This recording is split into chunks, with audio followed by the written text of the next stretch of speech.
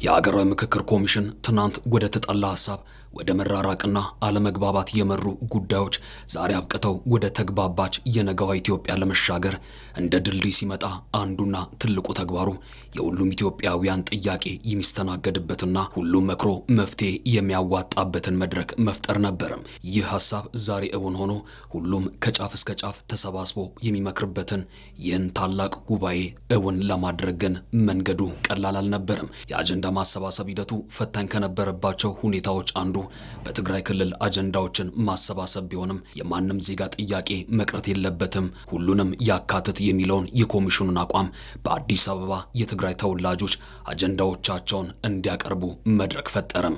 ዛሬ ደግሞ እነዚህ ከተለያዩ የህብረተሰብ ክፍሎች የተወከሉ የትግራይ ተወላጆች በምክክር ጉባኤው አዳራሽ መክረው ኢትዮጵያን ለማጽናት ሐሳብ እያዋጡ ነው።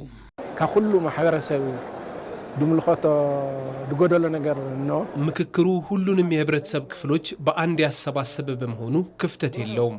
በውጭ ሀገር የሚኖሩ የትግራይ ተወላጆች፣ በክልሉ የሚገኙ የፖለቲካ ፓርቲዎችን እንዲሁም አክቲቪስቶችን ጭምር ያካተተ ነው።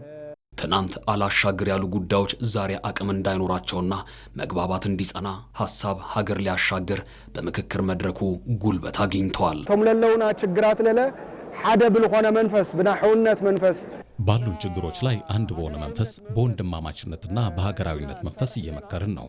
ስለዚህ ሰላማዊ በሆነ መረዳዳት በተሞላበት መንገድ ችግሮቻችንን በሰላማዊ መንገድ ገልጸናል። ስለዚህ ሁሉም ህዝቦች መረዳዳት እንጂ አለመግባባት እንደሌለ ተገንዝበናል። ህዝቡ ችግሩንና ሐሳቡን በሰላማዊ መንገድ መግለጽ እንደሚችል ያየንበት መድረክ ነው። ስለዚህ የቀሩት ሳምንታት ጥሩ ይሆናሉ ብለን ተስፋ እናደርጋለን። ባሻህት ዓመታት ዛክል አብኩናት ነከሪውና ማለት ነው። ለዓመታት ያህል በግጭት ውስጥ ነበር።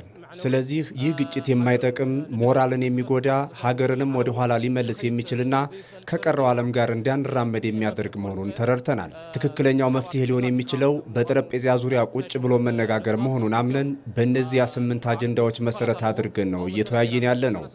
ስለዚህ ሀገርን ወደፊት ለማስቀጠል የሚያስችል ከቀረው ዓለም ጋርም አብረን እንድንራመድ የሚያደርግ እንዲሁም ትላንት በአንድም ሆነ በሌላ የሚያጣናቸውን ብሔራዊ ጥቅሞቻችንን የምናስከብርበትንና የምናስመልስበትን መንገዶች ጭምር ያካተተ ሐሳብ አለ። በአጠቃላይ ዘላቂ ሰላምን ለማስፈንና ሀገራዊ መግባባትን ለማምጣት እየመከርን ነው።